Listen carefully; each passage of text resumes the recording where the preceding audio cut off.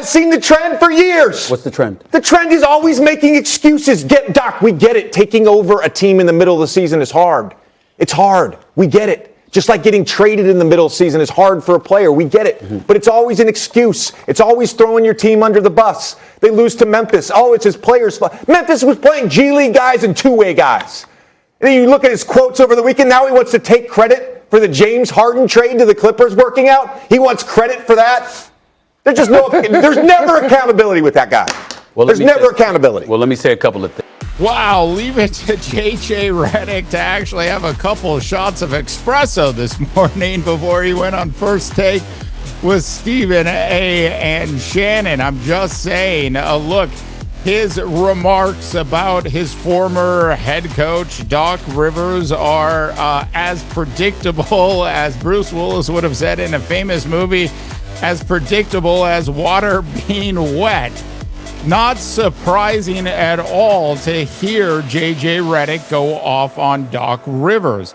3-7 as a head coach with the Milwaukee Bucks is Doc Rivers.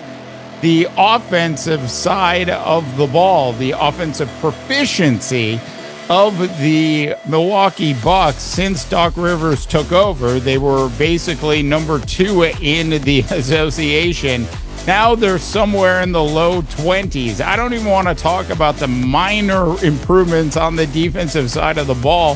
The fact is that the offense has completely stalled under Doc Rivers' leadership. If you want to look and point to a place where there has been a problem with this team, a difference between Doc Rivers and Adrian Griffin, that is it, my friends.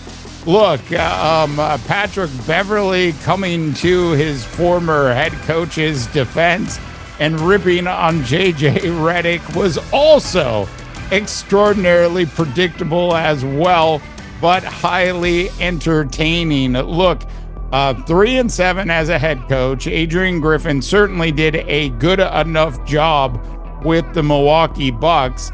The Bucks ownership group certainly made a move. And let's just say it had nothing to do with Adrian Griffin's ability to coach his team to an actual winning record. The problem is it has been 16 long years for Doc Rivers since he's gone to, or actually won, an NBA Finals with the Boston Celtics back in 2008.